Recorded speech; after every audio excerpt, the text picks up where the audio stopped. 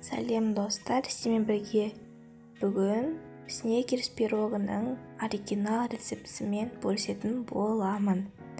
Және бұл дәмді пирог болып шығады. Ең бірінші бізге ұн қажет болады. Електен өткізілген болуы міндетті түрде. Және де сары майымызды қосамыз. Сары майымыздың жұмсақ немесе қатты болуы маңызды емес. Ең бастысы өздеріңізге осы екеуін біріктіруге ыңғайлы болса болды.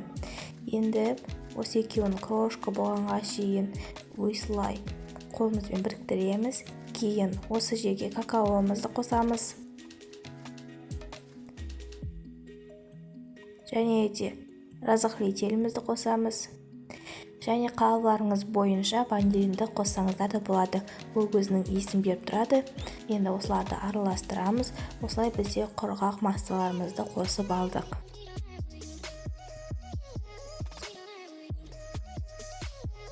Кейін бөлек ыдысқа бір жұмыртқамызды аламыз. Осы жерге қантымызды саламыз. Және де жақсылап тұрып араластырамыз.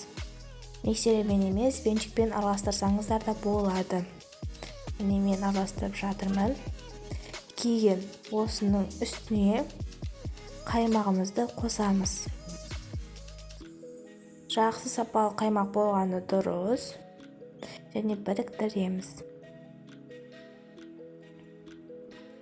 Міне осындай консистенциялы және аппақ болып шығады. Енді ұн, какао, разрыхлитель, ванилин, құрғақ массаларымызға жаңағы жұмыртқамызды, қантымызды және де қаймамызды ортасына ашып салып, қамыр ретінде илейміз.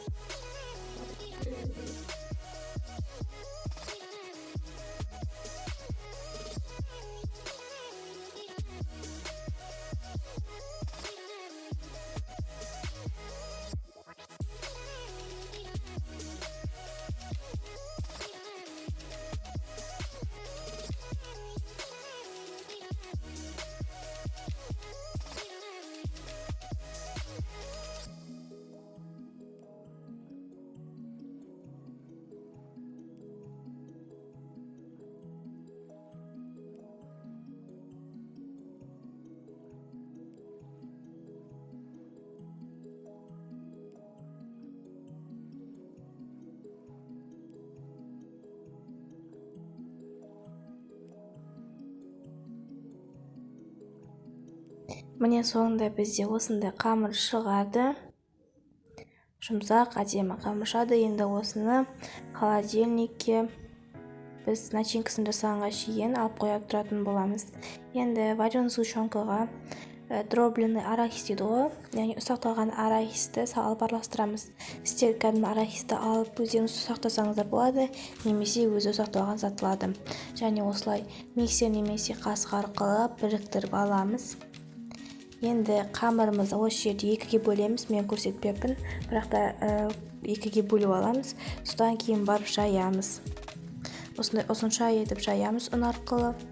Және де формаға салып, пирогтың формасын келтіреміз. Жұмыс жасау өте оңай, өйткені жұмсақ қамыр. Сондықтан да тез жасап тастауға болады. Кейін міне қамырымызды жайып алдық, әдемі формаға келтірдік. Енді ортасына начинкасын салдық жатырмын. Енді осыны форма бойынша жағып шығатын боламыз. Міне осылай әдемілеп жағып шығамыз.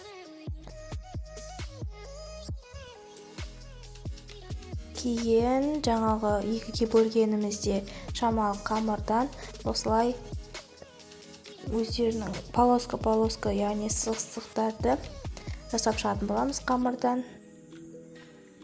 Және өстіп барлық пирогтың бетіне жасап шығасыздар. Енді осыны 180 градуста пісіріп аламыз.